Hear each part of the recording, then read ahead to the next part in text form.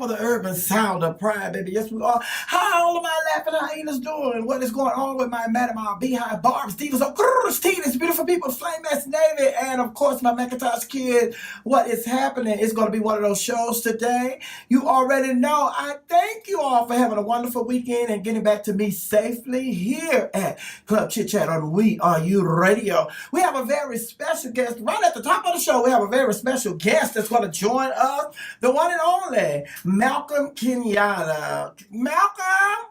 Oh my God, it's so exciting to be with you. I'm happy to talk to you today. Oh my God, I am just as excited to talk to you as well. For those of you who don't know, Malcolm Kenyatta is the young man that ran for the state Senate position against John Fetterman. But John Fetterman ended up getting that position. We just so happy that another Democrat won and not that Republican, Dr. Oz. Hello! But the reason that we're talking to Malcolm Kenyatta today is because he was appointed along with 49 other people to the National Advisory Board by President Joe Biden and Vice President Kamala Harris. Now, this board consists of 50 members of senators, governors, and lawmakers. Now, Kenyatta, you are still working hard in Pennsylvania, are you not?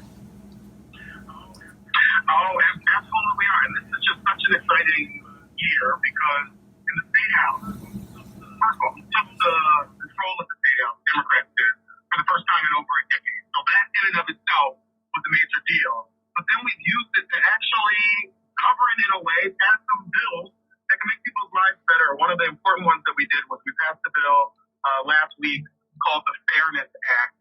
This would extend non-discrimination protections to all Pennsylvanians, including for the first time LGBTQ Pennsylvanians. We passed that out of the State House. It was my bill. And now it's in the State Senate. And the governor has said, he's ready, willing to sign it. And so now we have to get it through the Republican-controlled State Senate. But it's things like that we're doing to make Pennsylvania a better place, a fairer place. It shows you the real difference when Democrats are in charge, in my opinion, versus when Republicans are in charge. We're doing the same thing on gun violence, on helping seniors with a variety of different issues, including being able to stay in their homes. And so we just really hit the ground running, and it's exciting to find ourselves in a position where we're able to really advance an agenda instead of doing what I've had to do for nearly half a decade, which was to fight all these, crazy ideas that were coming out of my colleagues on the other side. Mm-hmm. Now, you have been working on workers' rights. You've been working on common sense gun laws, and also with government corruption and waste. So it was no surprise that they picked you to be one of the people on the Reelection Advisory Board for the Biden-Harris campaign.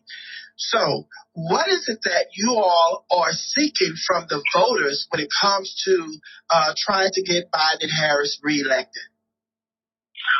Listen, I think, for the next, year and a half, we're going to have a real clear contrast between what this president and vice president and this administration has been able to do and really the folks on the other side who are full-time residents of Fantasy Island. I mean, when you look at what this president has been able to accomplish, passing the Freedom to Marry Act, what he did through the Inflation Reduction Act to lower the cost of prescription drugs. And there's so many people who who might be living with diabetes, who now only have to pay $30 a month. $30 a month. Right. People were paying thousands of dollars to get their prescriptions. I buried both of my parents by the time I was 27 because they didn't have the type of health care that everybody deserves. When we think about what this president was able to do around infrastructure, we're going to be in a position where over the next decade, we're going to be able to replace every lead pipe in America. So think about folks like Flint. Think about other communities where we know there are issues with the quality and the safety of the water because of lead pipes. Look at what he's been able to do around clean energy with the largest investment in history in terms of clean energy, something that has never, ever happened before. On all of these issues, this is a real interest to Black folks, and particularly to Black queer folks. When we think about climate crisis, for example, we know that the climate crisis hits people first and worst. We know that when there are, major disasters because of these extreme weather events, that Black communities recover at a lower rate if they ever even get back up to where they were after these, major storms and these disasters. And we know that on the other side, we have either Donald Trump, who is somebody who's made it very clear he does not have the moral aptitude, the mental aptitude to lead this nation, or somebody like Ron DeSantis, who's done everything in his power to restrict access to abortion. Florida has now one of the most restrictive abortion access bills in the entire country. He has made it very clear just today. He signed a bill to ban any studies of gender, of race, of inequality in all public universities. He signed the Don't Say Gay bill. He is somebody who's made it very clear he doesn't want to solve problems. He wants to try to go after the Black and brown community, and particularly the Black and brown LGBTQ community. And so he's somebody who's completely unacceptable. And so when folks look at this, we have somebody like President Biden and Vice President Harris who have a record of success. And I just mentioned like 3 or 4 things. And then on the other side, we have people who've made it clear they're going to show their butts every chance they get, and they only want power to use it to go after people they don't like. Right. And I was talking about the National Advisory Board, and it's made up of senators and governors and lawyers. And one of the people that you're working with is your very own governor, Josh Shapiro. How is it working with your governor? Josh has been a friend of mine for a long time. And, it's an incredible honor for the president to ask me to do this, to serve in this capacity, to help get the message out, to talk to people like you, who you have done so much in your career to build this platform. And so I appreciate this opportunity. It's one of these moments where we need all hands on deck. Right. And I say to everybody, you have a lot of people, and maybe some of your listeners, who say like, Malcolm, I'm so damn sick of politics. I don't do politics. I'll tell you, politics does you. Okay. Politics does you. And so the question is not whether or not the decisions that are made are going to impact our community. The real question is whether or not we are willing to step up, speak up, and be engaged in the process. And listen, I think it's important that we elect the president. But when you think about the things that we haven't been able to do, it makes it clear that it's not good enough just for the president to win re-election. We also have to win control of the House. Right. We have to keep control of the Senate. We have to approve more judges who believe in upholding the rule of law and not throwing out decades-long precedent like they did with overturning Roe v. Wade. And Clarence Thomas made it very clear in his dissent on Roe v. Wade. And not only did they want to go after Roe v. Wade, but they wanted to go after Lawrence v. Texas, which took sodomy off the books in states all across the country, where they say even being gay and making love to the person that you love, you can go to jail for that for many years. Right. And we have somebody on the court who says if a case comes before him, he's made it clear how he's going to vote to overturn these things. We see them doing everything they can to ban gender-affirming care for trans siblings. Right. There is a real threat and a target on the back of people of color in this nation, a target on the back of LGBTQ folks in this nation, and there's a very different direction that we can continue to move here to finish the job as they said, but they need some more help in these things. And then on top of that, I want everybody to know that you're a person that can walk and chew gum at the same time, because not only are you trying to get President Biden and Vice President Kamala Harris reelected, you're also running for State Auditor General in your state. I am. When I traveled around the Commonwealth for, the Senate, a part of what I recognized is that there were so many families who, I grew up in a working poor family. My dad was so short. My mom was a home health aide. They separated when I was pretty young and lived 6 different places by the time I graduated high school. Got my first job with washing dishes at a little vegan soul food restaurant here in Philly. And I tell you all that because there are so many moments where I watched God deliver for my family, not deliver for people just like me who are living in communities where affordable housing, access to quality employment can feel for people, communities where levels of gun violence are out of control. And the Auditor general is the one person in government who's supposed to, in which government isn't working, and to really hold people accountable to make government work. I think about people saying, "No, I'm sick of government. It didn't do this. It didn't do that." You know what? I would be that one person who will look at the things are not, or programs are not funded in the way that they need to be, being misused, or the program is not delivering from a service perspective what it's supposed to be delivering. Things running on time, but somebody has to have the job of standing at the train station. Hey, the trains actually did not come on time. Okay. And I have my entire career about holding people accountable, particularly to working for people who so often get completely ignored. And so we have an opportunity to, elect the first openly LGBTQ president in Pennsylvania history, and to have somebody in there really be focused on making government deliver. But part of what I recognize, you have to have good people at every level of government. Hello? You need a good city council mayor. You need a good auditor general. And you also need a good president. Clearly, Donald Trump and Ron DeSantis, that ain't it. Okay. And like you just said, we are an LGBTQ plus owned and operated radio station. And I was glad that you put it out there and let everybody know you are the first openly gay person of color to ever run for U.S. Senate. Yeah, in American history. Yeah, absolutely. It was, it was one of those moments where, this moment in time requires all of us to sort of step up and get engaged. To not, sit on wait for somebody else to determine our fates and our futures. We have to get engaged, and my hope is that in the future, we have Black LGBTQ folks who are elected to all sorts of things. When I was elected to the state house, I was the first openly LGBTQ Black person ever elected. Now there are four of us in the General Assembly, just in 5 years' time. So things can change.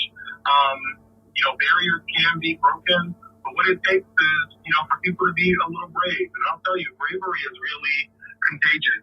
When you step up, it really can encourage somebody else to step up as well. And that's what I did when I ran. And and I'm looking forward to this next election, not just because we have something to run against DeSantis or Donald Trump. And I do think both of them are very clear and present threats to me, to you, and to all of your listeners.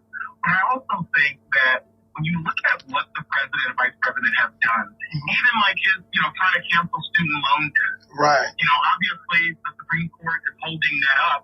And that's what I mentioned, right? We need good presidents, we need good judges, we need good everybody. But it's going to require us to stay engaged. And I think also for us to talk to each other and to talk to our families about what this president has been able to do. I do think that sometimes all the accomplishments are treated as wallpaper. There's so many accomplishments that people don't sort of keep track. But, on issue after issue, I think this president has accomplished a lot, and I think he deserves an opportunity to finish the job and keep delivering for our communities. And hopefully we send him back with some real help. Now, we also talked to Jaime Harrison last week, and then we're talking to you this week. And it's just like the Democrats have been saying for years that it's time for the younger generation to come on and take the baton and carry it the distance. And you're not someone that has just hit the scene when you ran for Senate. You were a part of the people that President Biden allowed to be keynote speakers at the 2020 Democratic National Convention. How was that, being able to speak to an audience of that magnitude on that stage? That was in a very, a very tough time for the entire country. We were all still living through the height of the COVID, pandemic. And I think it was important for the country to see all of the talent that exists in the Democratic Party. So many young leaders who are stepping up, and so many young leaders that you'll have on your program in the future, who are finding their place in this broader world where they have something to offer. And you don't have to run for office. right? There might not be for everybody. Right. But there is so much that we do have to offer. And I think when we use whatever we have to move the needle where we are, there's a real ripple effect from that. You know, we have to find our little place of the world and make it better. And that's what I've been committed to doing, you know, my entire career. And that's what I've seen, you know, President Biden and Vice President Harris do for, you know, their 2.5 years in office, is really try to tackle some of the structural issues that has made life so hard for people, you know, depending on where you come from and what the color of your skin is and who you love and how you identify. Malcolm Kenyatta, once again, I want to thank you. And for those of you that don't know, Malcolm Kenyatta, he graduated from Drexel University. He also graduated from Temple University, and he went to Howard Kennedy School Executives State Local Government Program. He is married to Dr. Matthew Kenyatta, and they have a dog by the name of Cleo. Is that Miss Cleo?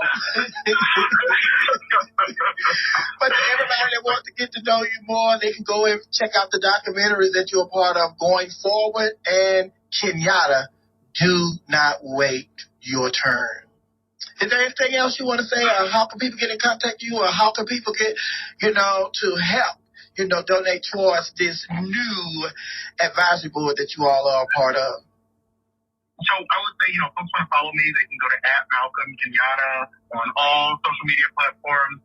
But I also would encourage folks to go to JoeBiden.com, or they can also, you know, they can text the campaign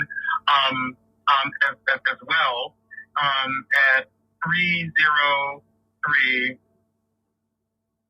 0300. Get it out, Kenyatta. Is that the real number? It really is. Say that number one more time.